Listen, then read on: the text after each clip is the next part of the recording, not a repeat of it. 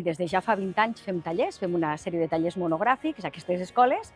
També fem l'assignatura d'audiovisuals, fem l'assignatura de podcast a l'Institut de Torrefarrera des de fa 4 cursos i enguany també la implementem a l'Institut d'Almenar. Però, a més, més enllà de les escoles i instituts, també fem formació a la població en general, als grups de joves, però també des de fa 2 anys a la gent gran.